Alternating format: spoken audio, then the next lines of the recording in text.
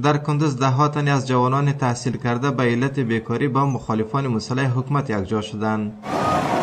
عبدالغفور هوتک، آمر امور جوانان ریاست اطلاعات و فرهنگ این ولایت به رادیو آزادی گفت که تعدادی از این جوانان از پوهنتون‌ها به درجه لیسانس فارغ شدند، اما به دلیل بیکاری و تنگدستی با گروه مخالفان مسلح حکومت یکجا شده‌اند. دل چې تللی دي د دوی اکثریت مطلق باسواده ځوانان دي. حتی درته دا ویلی سم چې د ډېری لیسانسه هم دي. به طور مثال په دشتارچي کې دغه درې دلګۍ مشران چې اوس برحاله د طالبانو نظامي چوکاټونه تنظیم کړي دي او په خطونو کې جنگیږي، د درې وړه لیسانسه دي. با این همه شماری از فعالان جامعه مدنی کندز در مورد پیوستن جوانان تحصیل کرده با مخالفان مسلح حکومت ابراز نگرانی کرده. میگویند تا زمانی که برای جوانان در کشور بخصوص در کندز زمینه کار مساعد نگردد، نامنهاد در این ولایت ادامه خواهد داشت.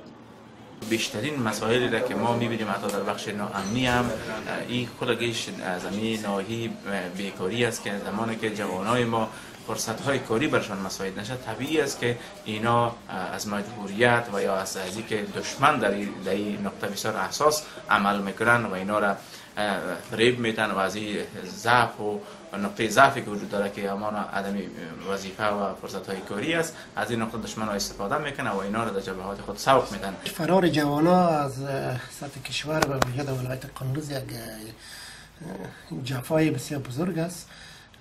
دولت مرکزی باید به خاطر جلوگیری از فرار ازیا و پیوستنشان با مخالفین دولت باید برنامه‌های سودمند را روی دست بگیرند. از جانب دیگر محمد ظاهر عظیمی، رئیس کار امور اجتماعی شهدا و معلولین کندز، با ابراز بیخبری از این موضوع میگوید که تلاش دارند تا برای جوانان بیکار این ولایت فرصت‌های مناسب کاری را مساعد کنند. حکومت وحدت ملی تلاششی است که بتانه زمینه‌های کاری را برای جوانان که در اینجا هستند مساعد بسازه. ما در سطح وزارت کار امور اجتماعی موضوعات و مشکلاتی را ما مطرح ساختیم که زمینه‌هایی را مساعد بسازیم دولت کندز که بتانند جوانان شامل کار شوند.